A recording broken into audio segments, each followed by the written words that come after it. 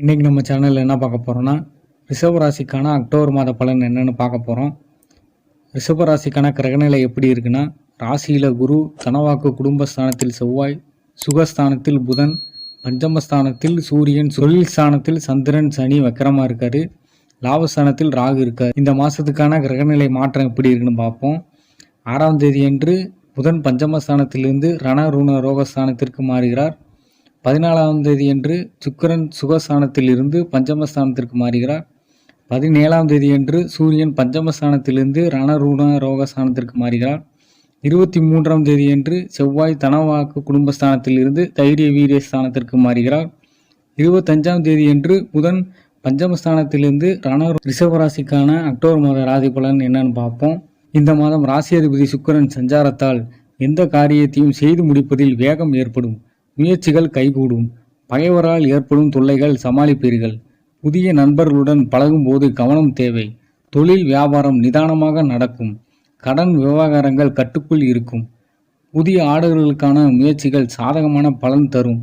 உத்தியோகத்தில் இருப்பவர்கள் வீண் அலைச்சலை சந்திக்க வேண்டியிருக்கும். அலுவலக பணிகள் மூலம் டென்ஷன்கள் உண்டாகும்.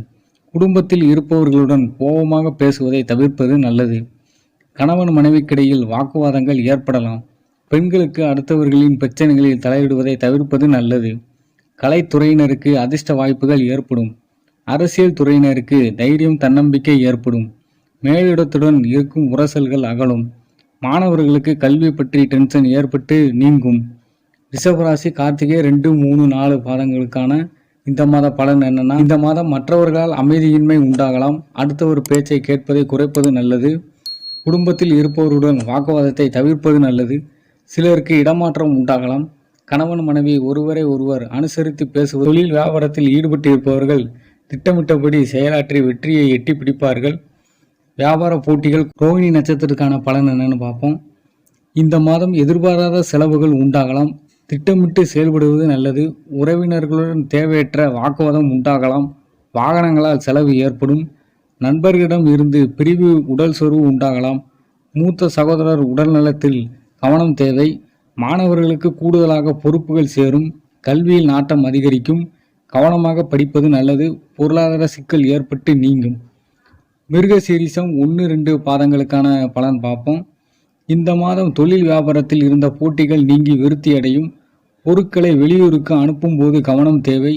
உத்தியோகத்தில் இருப்பவர்கள் வேலை பார்க்கும் இடத்தில் கவனமுடன் பழகுவது நல்லது.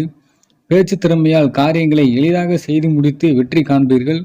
சரியான நேரத்தில் உறங்க முடியாத சூழ்நிலை உண்டாகும். ரிஷபராசிக்கான பரிகாரம் என்னன்னா, அதிர்ஷ்ட லட்சுமிகளையும் வணங்கி வர மனதைரியம் கூடும். பண கஷ்டம் குறையும். குடும்பத்தில் சுபிச்சம் ஏற்படும்.